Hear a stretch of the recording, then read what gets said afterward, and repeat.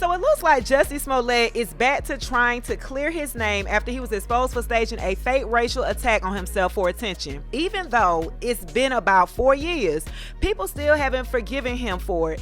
And it looks like Hollywood is also holding a grudge because he has been blacklisted by pretty much everyone in Hollywood. And he is now finally speaking up about being broke and unemployed because of this.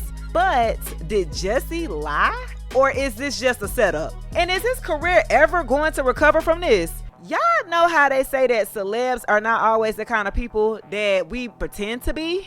Jussie Smollett kind of proved that to us with his messy scandal that happened back in 2019. Yeah, I'm talking about the time that he decided that it was going to be a great idea for him to stage a hate crime against himself.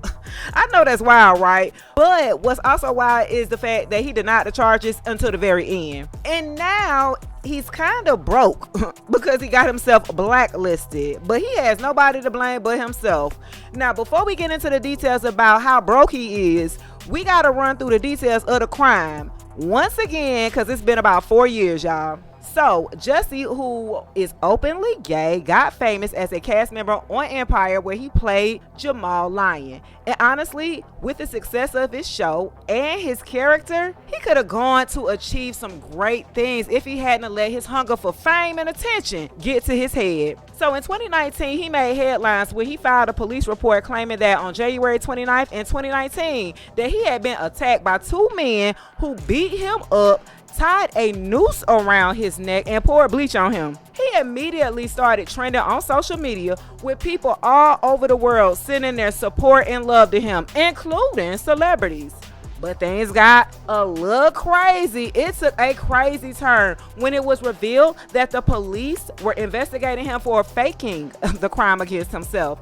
This actually got the police dragged and accused of being racist and homophobic because it just was too crazy to imagine that someone would do something that crazy, right?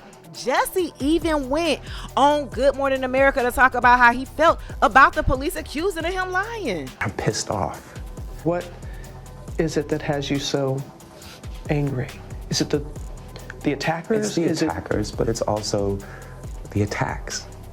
It's like, you know, at first it was a thing of like, listen, if I tell the truth, then that's it, because it's the truth. Mm-hmm. Then it became a thing of like, oh, how can you doubt that? Like, how do you not believe that? It's the truth. But then the police arrested the 2 men who had jumped Jussie, and then they turned out to be a pair of Nigerian brothers, Abimbola and Olabenjo Osundario. We found out that the brothers actually knew Jussie one-on-one because they had worked together on Empire where the brothers had minor roles, y'all. The brothers decided to cooperate with the police and they confessed that Jussie did pay them $3,500 to stage the attack on them. And he would pay them an additional $500 when the job was done. When people realized that Jussie had indeed staged the attack, we were all like, I had a reason. What was the reason? What was the reason? I just explained the reason. What was the reason? I mean, we all know that a lot of messed up things happen in Hollywood because that's why people refer to it as Hollyweird. But it's just wild that someone would go to the extreme lengths for this type of attention, y'all.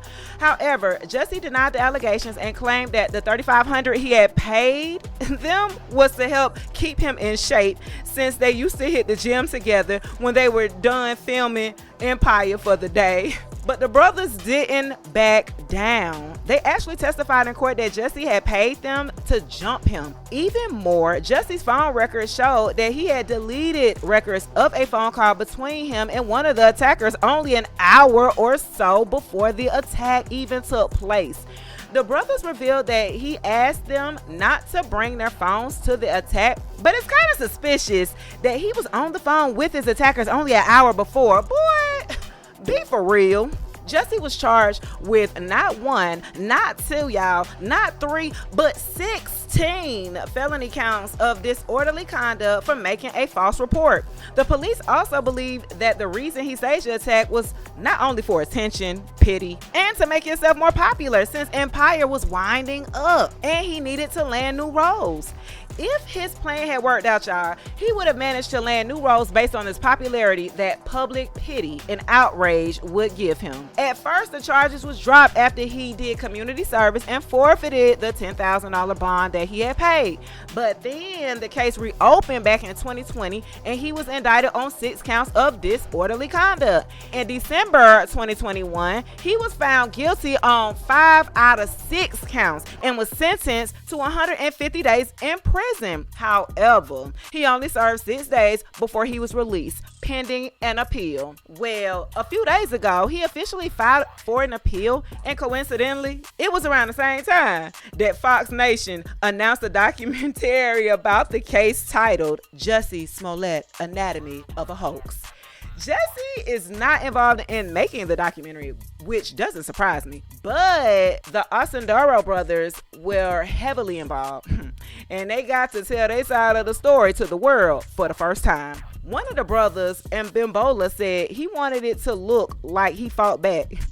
That was very important for him because he said, hey, don't just beat me up, make it look like I'm fighting back and whatnot. Now, I don't know about y'all, but this just makes it obvious that Jussie just had a big ego because it's important for him to look super macho while still trying to portray himself as a victim. According to the New York Post, Mbimbola alleges that Smollett didn't provide a specific motive but wanted to be the poster boy for activism. The brothers claim Smollett walked them through the plans and accompanied them to the site beforehand. Mbimbola said he remarked afterward, yo, this Hollywood ish is crazy. And this dude, wow, I don't know what the hell he is on, but we're part of it now. Now, it's time to you know, carry on and follow through with it. The brothers claim that they had started to grow worried when the police revealed some information about Jussie's attackers to the press. And then they were arrested at the airport on the way back from a trip to Nigeria. And Mbimbola said 2 big police officers came up. I went with them and I was like, damn, it's over with. They got me.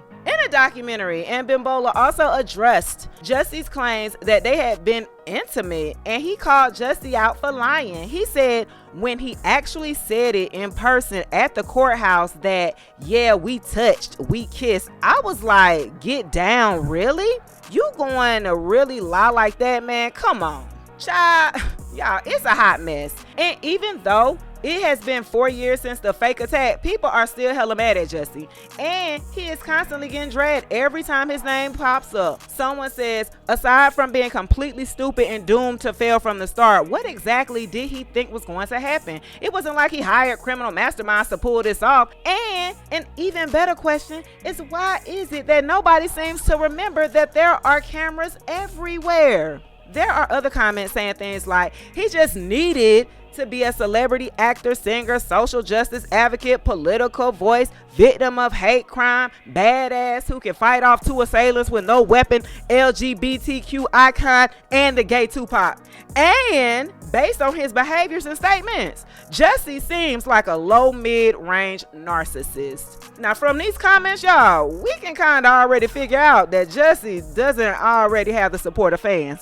But it turns out that he doesn't have the support of the industry either, because according to insiders, he has been completely blacklisted in Hollywood. An insider claimed that while Jussie had some potential acting gigs lined up in 2019, they all blew up in his face after the fake attack, and he was dropped from everything. And to make matters worse, he even got fired from Empire as well, and he hasn't been able to land any acting job in the industry since. He hasn't worked in almost 4 years, y'all, and he has gotten broke because he is no longer has a source of income. The insider claims that Jussie is now desperate for money, and this might be why he's finally filed for an appeal after an entire year of sentencing. He is desperately trying to clear his name in hopes that he can eventually start booking jobs again.